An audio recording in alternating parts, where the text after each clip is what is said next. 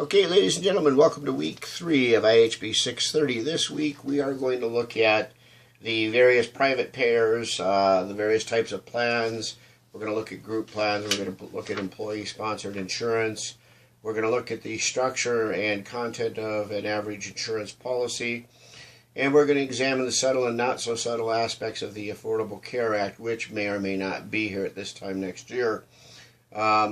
Whatever we end up having, it will not affect how the flow of funds work. It will not affect, as a normal rule, the amount of time we would expect for federal and state funds to be in the accounts receivable cycle. It will affect perhaps some of the ways and means that we look at our policies from a standpoint of quality, pay for performance. What will be required to be covered? Will we have to cover reproductive rights? Will there be exceptions on the reproductive rights for health insurance policies that are underwritten for charitable and religious organizations? Those are things that are likely to change. What we're talking about today and in this class are not likely to change significantly, but as a result of this class, I hope you will remember where you are researching and how you are looking at the various websites for CMS and the private carriers to understand how this process works. The mix of plans that a facility has will indeed affect its accounts receivable, and the time accounts will remain in receivables. If you have a heavy federal and state funded accounts receivable, you would expect it to be slower than some of the more reputable private insurance carriers. When we look at the different policies, different plans, different groups, keep in mind that these will all differ in many respects, and it will affect how fast you will be able to keep your cash flow going. You have 2 assignments this week. One is the DQ. For the DQ, you're going to put yourself in the position of a healthcare administrator for a clinic of 4 providers. You're going to look at reimbursement from various payers and how they make up the mix. And you're going to look at the form of an aging schedule. The aging schedule will inform the management of the dollar amount of revenue that has been generated in the current months and what revenue has not yet to be collected from previous months by each payer. I will go over in detail how you collate, sort, and look at different aspects of the receivables so you will determine what best action to take in strategic planning for your clinic. So there are several aspects. The first aspect of the prompt for the DQ is you're going to describe what improvement that you would recommend in implementing something in the front office with the front office staff as it relates to processing or processes that will affect the revenue cycle. One thing comes to mind right away is accuracy of input. How many different claims are returned because, for example, they don't have accurate guarantor information. These are all things that will affect the claim when you submit it, and if it comes back unclean, it may be a simple matter of just adjusting and making sure all the information is right relative to demographics, Social Security, policy numbers, but that will delay you 30 to 60 days. And that's something that most providers do not like. When you're responding to your classmates, you're going to compare and contrast the recommendations for improvement you make with those recommendations for improvement that your classmates make. And you're going to answer what would be the best way to introduce the improvements suggested by your peers, and what potential pitfalls do you anticipate. So you will be required to answer 5 prompts at a minimum to be proficient and receive the points for this particular discussion question. The week 3 milestone 1 is spelled out for you in the assignments and rubrics section. I will warn you right now, do not look at just this week's requirements under the prompt. look at the entire outline for your final project that is in the prompts for the milestones. This project is not isolated week by week and you just paste it together. You will be required to make some bridges between the actual sections. You will be required to cover material both in the first section in a general discussion, and then in the second section you are going to look at specific pairs, specific rules, specific compliance, and specific reporting for a particular aspect. So please make sure you look at both. Please look at the preface and the overview. Again, you're going to put yourself in the position of a financial manager or a healthcare manager, and you're going to look at, from that perspective, the financial principles and reimbursement that will affect the clinic. And for the first section, you're going to look at reimbursement strategy. Now, what is a strategy? An example of a strategy would be pay for performance, value-based purchasing. You're going to look at the various reimbursement methods. A method of reimbursement, and if you go to your textbook, the textbook fairly well lays out what is the difference between a method and a strategy. Please make sure that you distinguish between the two and that you don't intermingle the terms methods and strategies. So the first part is reimbursement strategies. What is the impact of case rates and management utilization data on pay for performance incentives? Be sure to provide support for your response. The second prompt is reimbursement methods. Analyze reimbursement methods, describing the advantages, disadvantages of each method in terms of strategic planning for operational performance. For example, why might not one method be more advantageous than another at a hospital or at a physician's office? The next aspect of the assignment is financial management principles. You're going to compare and contrast financial management principles such as financial data that describe financial performance of revenue, reimbursement. Here's the key word, benchmarking of industry standards. Payer mix breakdown of payers and case rate and utilization rate data used to evaluate the operational performance in your particular clinic. Teamwork principles. Compare and contrast collaborative teamwork principles to most effectively develop strategic planning that involves cross-disciplinary teams. In other words, what principles work best for teams where individuals are from both clinical and non-clinical settings and departments within your organization? What are some of the challenges this might present for cohesive cooperation? Be sure to provide support for your responses. Boy, is that a big word, term. Please provide support. I'm thinking references and citations. Maximizing reimbursement. Generally speaking, to what extent do you feel healthcare organizations utilize case rates and management utilization to maximize reimbursement from both government and third-party payers? Be sure to provide support for your response. Now let's talk a little bit about VHI, or voluntary health insurance. The Affordable Care Act changed things substantially when it came to looking at the voluntary health insurance markets. The Affordable Care Act actually provided for and set up exchanges within those states that have exchanges that provide for care that is subsidized through the American government, the federal Department of Health and Human Services. When we look at voluntary health insurance in a historic perspective, we're looking at insurance that was purchased by an individual for their family and themselves, and then we're looking at a system that after the Medicaid Security Act, Social Security Act of 65, changed substantially in that more insurance was being provided through employers than was actually being purchased on the open private market.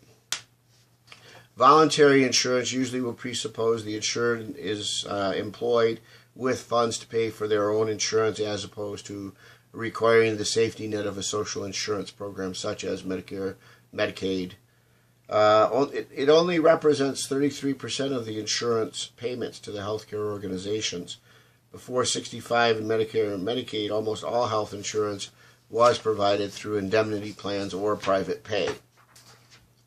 Consumers can improve their overall well-being by sacrificing a small but certain premium to the insurance payers. So you agree every month I'll pay $150 for myself, $200 for my family, and in turn you will pay my medical bills as they come due. It is important to demonstrate that the policies will be offered to the specific groups and why these policies are offered to specific groups. Some groups will find it difficult to get insurance. When we talk about the specific groups that may be offering insurance, we particularly can look at the various organizations that do provide insurance, such as a lot of fraternal organizations, a lot of organizations like the AARP, and other organizations will provide insurance. When we're talking about private insurance, we are looking at the different types of coverage, and what will affect the overall premium is the upfront loading of cost. Before we get started on the actual pricing of policies, we have to load up front administrative cost.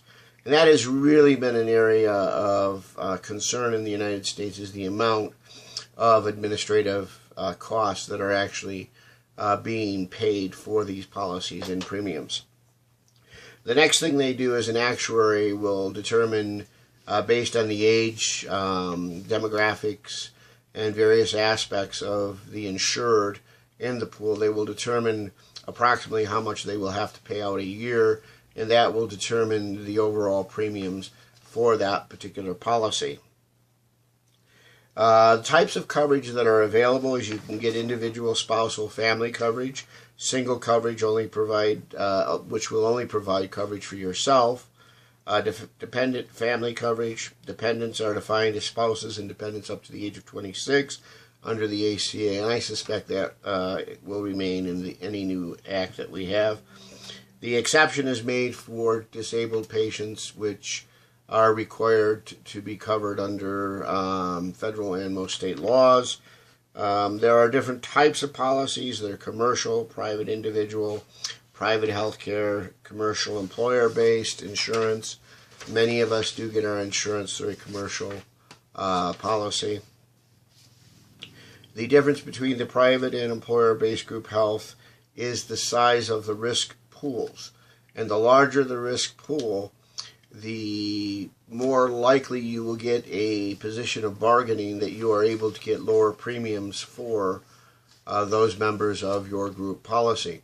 And a great example is every year, many of you live in cities and towns where you have large industrial corporations that will actually offer an election period, and you will see commercials for what health insurance you should elect for your family and yourself through your union policies.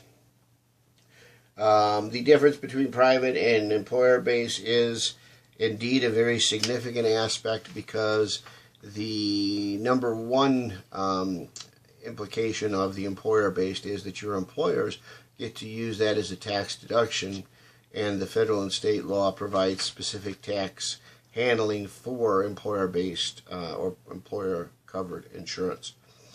In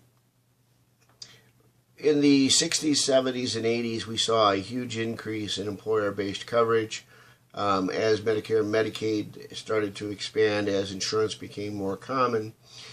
It became evident to employers that it is a benefit to themselves and to their employers to provide coverage, because you certainly want a healthy workforce. The whole concept of individual health insurance is we're trading off a risk by paying a certain amount of money per week, and it works just like automobile insurance. If you don't have a claim, you don't have services rendered, then your premiums are used up and remain with the insurance company. You don't get them back. The whole idea of the policy and contract for indemnification is that you simply would submit a copy of your bill. The bill would be sent into your insurance company, and you would be reimbursed. And as we discussed last week, what happened is we had to come up with a standardized system. So the the HIPAA, the Act required a standardized billing system. So with the Health Insurance Portability and Profitability Act, Privacy Act, the Health Insurance premiums actually were something that was transferable between employers. When you left a particular employer and you did have a family member with a pre-existing that was covered, you weren't automatically guaranteed a rate, but you were eligible for coverage. And many of us recall a term that is commonly used when one leaves their employment, which is referred to COBRA benefits, and it's the Consolidated Omnibus Budget Act under the Reagan Bush administrations that actually required portability for the policies, so people did not lose coverage, and employers could not use coverage as a means to locking somebody into a particular type of job. They were actually able to move on to a new employer and actually get similar or same coverage. Fee-for-service, of course, is the earliest form of coverage. Once the major medical plans began to surface, we saw different variations on it. What happened is in the 60s and 70s and 80s up to the Reagan-Bush era, costs were spiraling out of control. All you had to do was simply submit a bill for the patients that you were covering under a policy. Nobody questioned anything, and you were reimbursed. The Reagan-Bush administration, we started to see the implementation of the Managed Care Act. And by the way, Managed Care was actually introduced under Richard Nixon, but it didn't take hold until the 80s and 90s, after we had a couple of balanced budget acts that required the CMS, Medicare, Medicaid to actually become more accountable for the payments that they were making. Less productive workers, of course, would stay at a current employer if we didn't allow the portability of insurance. So that's another impetus behind allowing employees to freely move from company to company and have an expectation of coverage. The impact of the Blues and Medicare in the early part of the 20th century significantly shaped the insurance industry as we know it today. And after the 80s and 90s with the Reagan-Bush administration, we actually started to see something that was called prospective payment systems. And through the use of prospective payment systems, we now began to review and make the providers and hospital organizations accountable for their care through a managed care system. Interestingly enough, with the ACA, employee-based plans are on the decline. A lot of insureds are actually being kicked off of employer-based insurance and asked to go into the exchange and provided a stipend through their employer. In 1960, 75% of all Americans were covered by employer-based insurance, and by the year 2000, it's dropped to 68%, and by 2009, only 61% are covered through their employer. More and more employers are turning to medical savings accounts and catastrophic plans. And the way that works is you will get a HSA to which your employer will contribute some of the funding, and your employer will fund a catastrophic policy.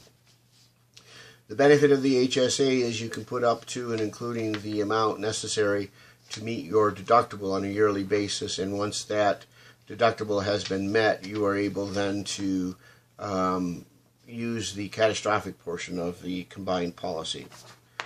Some very important terms that I want you to be familiar with is enrollment, benefits, limitation, tiered benefits, riders and endorsements, coordination of benefits. Okay, and also I'd like you to be familiar for the procedure of filing a claim. I want you to be familiar with the assignment of benefits, the amount billed. A key number here is the UCR, the usual, customary, and reasonable. Please know how that relates to insurance companies and how they set up their benefits schedules. Know that schedules are determined by contract and are negotiated, and again, if you're a large corporation, you will have better negotiation standing with that particular carrier. Know about bundled billing, know about globals, know what DRGs are. Now let's talk about how we got a handle on runaway spending. Even with managed care and savings mechanisms in place, the health insurance companies still saw that the average insured, not having to pay anything themselves out of pocket, would see the use of their policy as in an unlimited type of arrangement. So what they did is they introduced co-pays, deductibles, and co-insurance. And the higher the co-insurance, the higher the deductible, the more likely a insured is to consider the use of services, and they will refrain unless they absolutely need to use those services. The problem we have with the ACA right now, and which has caused a huge pushback and has many on the far right claiming that it has destroyed the employer's ability to expand and hire new employees, is that as the ACA has more mandates and more requirements for insurance and the type of insurance one must provide, what benefits must be provided, more employers are pushing back and simply taking their employees off of their own plan, and they're giving them a stipend and putting them into the exchanges. Accounts receivable are extremely important. We are going to look at accounts receivable from the standpoint of how you manage your accounts receivable, how you set up a system for monitoring and improving the speed or rate at which you collect on your accounts receivable. When we look at the revenue cycle management, we look at the purpose of being successful in the recoupment of funds from the insurance carriers that have sat in the accounts receivable for an inordinate amount of time. We look at best practices, how one best organizes, one best monitors, and how one best use the information available in their health information systems to collect those overdue accounts receivable. The health information management's analytic reports that one will run will be very key to the revenue cycle. And depending on what suite of software and what applications you use, it will absolutely assist you in being more successful in the recoupment of your accounts receivable. The HFMA refers to the revenue cycle as all administrative and clinical functions that contribute to the capture, management, and collection of patient service revenue. The HIMSS refers to the revenue cycle as the processes and associated suite of software applications required to manage the registration, charging, billing, and payment collections tasks associated with a patient billing encounter. And of course, the patient billing encounter would just be the visit or the hospitalization. The major processes involved in revenue management are going to be all the way to and including the beginning of the process where you generate demand for your services through reminder notices that you may send out to your patients. It's also going to involve customer inquiry when a customer calls to inquire and ask about their bill and charges. The system will involve scheduling, registration, authorization, delivery of care, orders, documentation, and will capture your charges for billing and coding. When we talk about the revenue cycle major processes, we're talking about managing revenue, coding, billing, collections, follow-up, customer inquiry.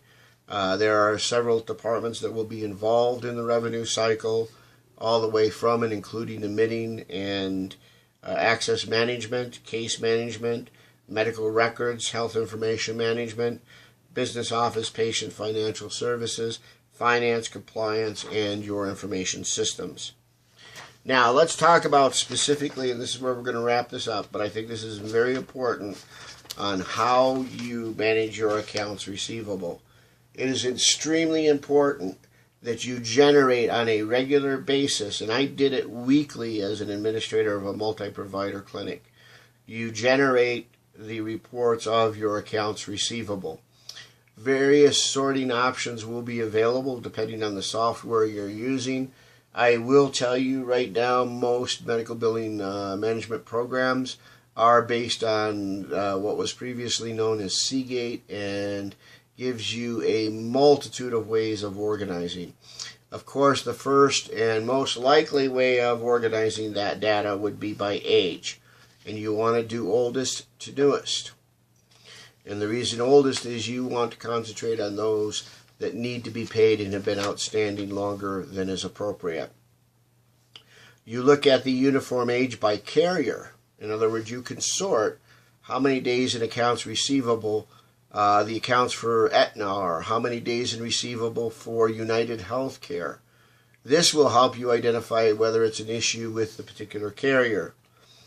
Billing and coding reconciliations. You look at the age and codes and the longest times that the specific codes have remained in accounts receivable.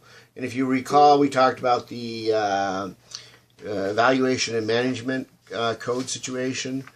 If you've got a situation where your 99215s, your highest E&M codes, are taking forever to get paid, then you need to look at and do a root cause analysis. Is it because of lack of medical records, inaccurate medical records, or other causes? You need to determine what percentage are denied for lack of documentation. What percentage are denied due to coding errors? How many times have the claims in AR with the oldest aging been submitted? You need to look at, on average, how long does it take for your billing department to scrub and return a claim? That's an area for improvement. Does payment differ from that that are represented by the insurers to be a contracted amount? So are they paying you less than they're supposed to? So when we talk about coding and we talk about the relationship to coding and accounts receivable, we are looking at a very critical relationship in the clinical and health service organization setting.